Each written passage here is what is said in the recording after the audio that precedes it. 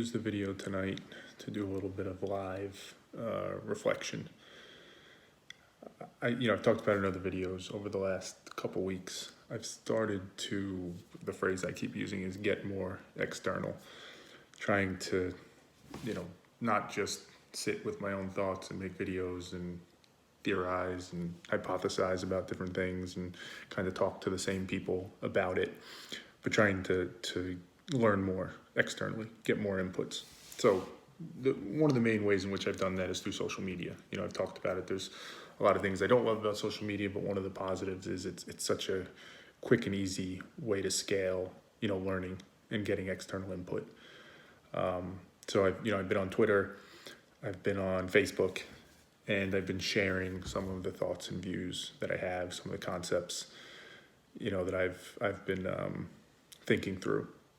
And that's then led to, some back and forth on social media, as well as some, emails or texts that have come from people about the topics on social media. So firstly, I'll say, in terms of the objective, which was to get more external, get more input, learn more, challenge my thinking more, I think it's working towards that objective. Are there ways to improve even in that? Sure, I'm certain there are, but I think it's at least working towards that intended objective. So I'm happy about that.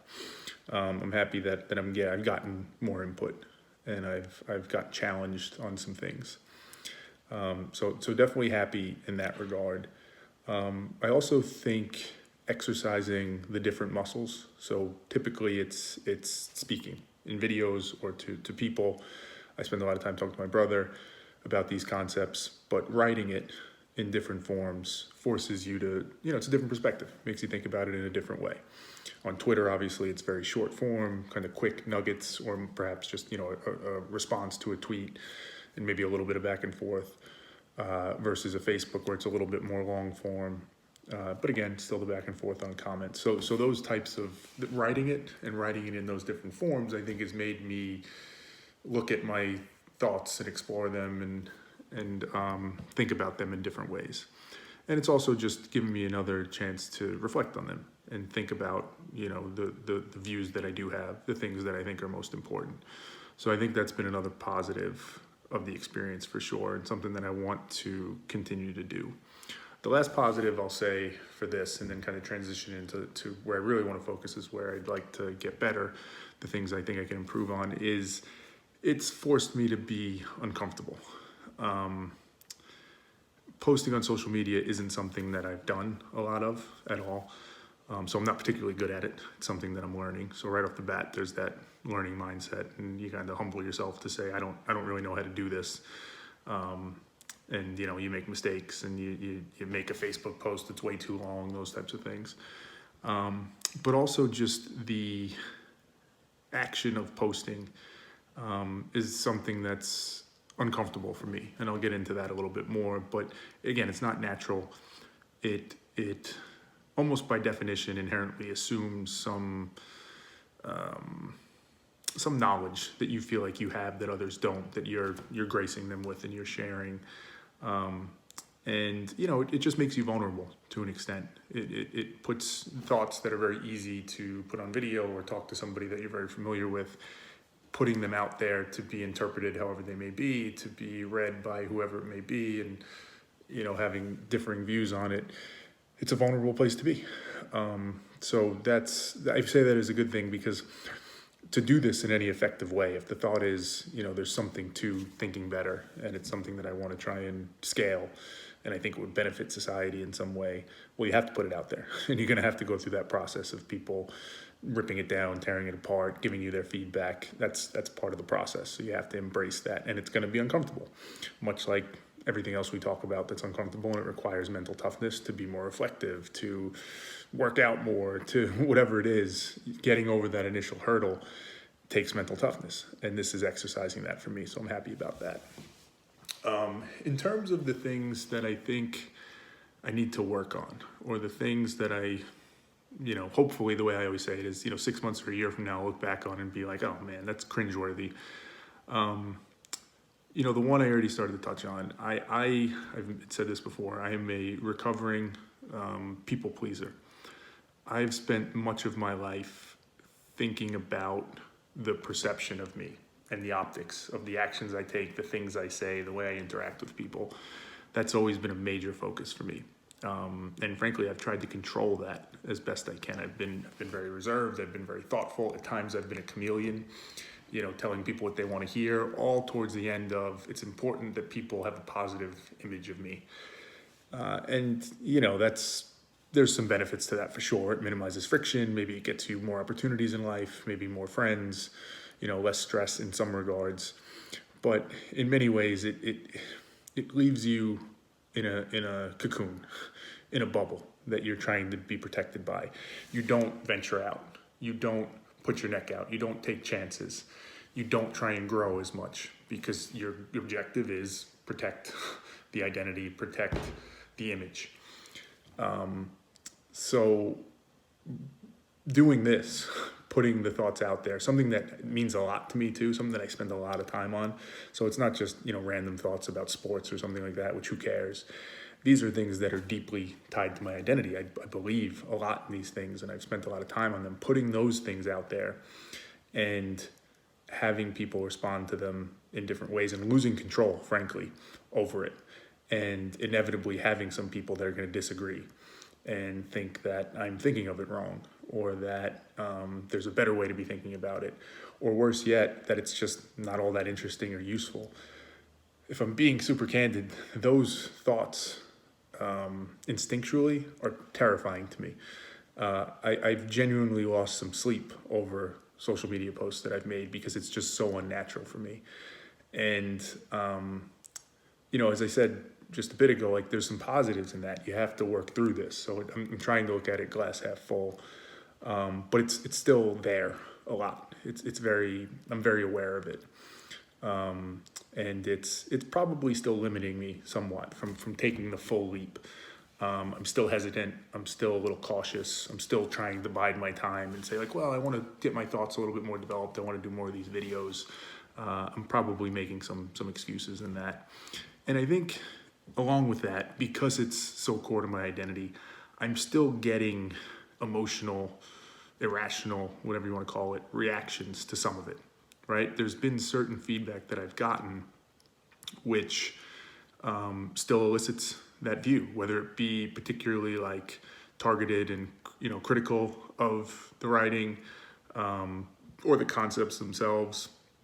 I still have that inclination to defend my thoughts. Now I'm pretty aware of that now, so I'm able to recognize that and I think turn it off.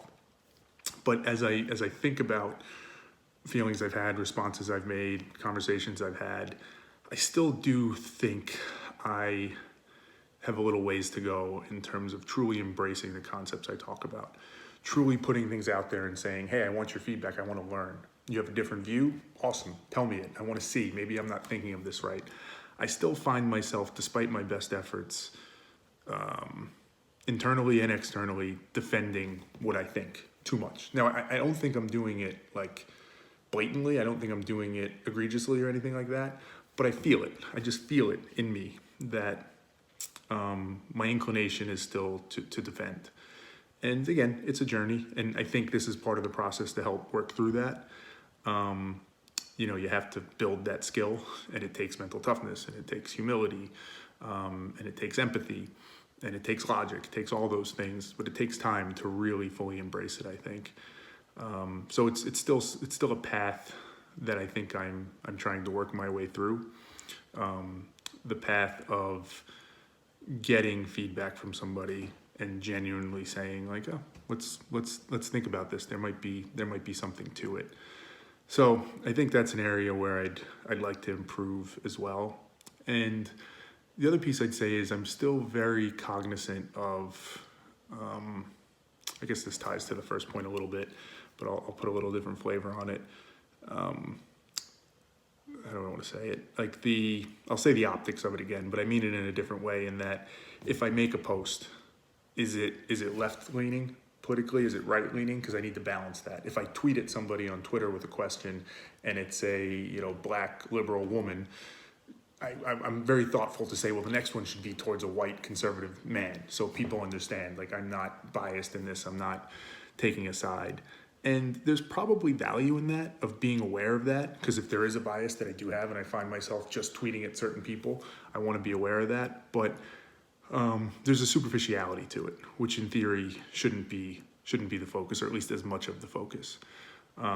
It should be more about truth and objective truth, and just doing it the right way. And I guess that gets to the last point I'll touch on, which I've been thinking about a bunch, and it relates to that. Like, the balance it takes between being confident, being sure enough of yourself to say, hey, I want to put these views out here because I've thought through them, and I'm not going to let them crumble at the first, questioning or critique of them. I want to defend them a little bit, in that I want to have a good, hearty discussion, and I've put thought behind them, so they're not just waving in the wind. But at the same time, I want to be open-minded enough, and I want to be humble enough to where if somebody does introduce new information, I take that in, and I take in those nutrients, as we would say, and I make my ideas and my thoughts better because of it. But that's a very difficult balance to strike, right? If you go too much one way, and it's, hey, that's just noise out there, and people are always going to critique, and you can't think too much about that, and just stay true to who you are and be confident in yourself. Well, now you end up in an echo chamber, and you end up in this scenario where you're not getting enough external input, and you start buying your own hype too much, and you just believe the way you're seeing it is right, and that's dangerous for obvious reasons. If you lean too much the other way, well, now you're just, again, floating with the wind, and your ideas don't really mean anything. You're just back to almost perhaps people pleasing, where you just don't, if somebody has a different idea, you just want to validate it and make them feel like it's a good idea.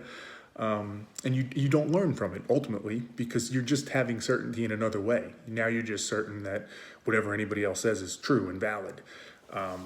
And that's not helpful, right? Because then you don't really get to a productive place. You don't really get to a second, third, fourth level discussion around the concepts and the theories. So finding that balance is probably one of the things that I definitely want to try and get better at, finding that sweet spot. And it's probably a ongoing thing. I've talked about this before. There's certain things that are just active. They never switch to passive. They never switch to autopilot. I think that's often where people break bad, is they think they get to an autopilot. They think they get to a steady state on that, but this is the type of thing where you can't. Managing that balance between confidence and open-mindedness, I'll say, is something that you need to continuously be thinking about throughout the journey to try and stay true ultimately to what you want to do.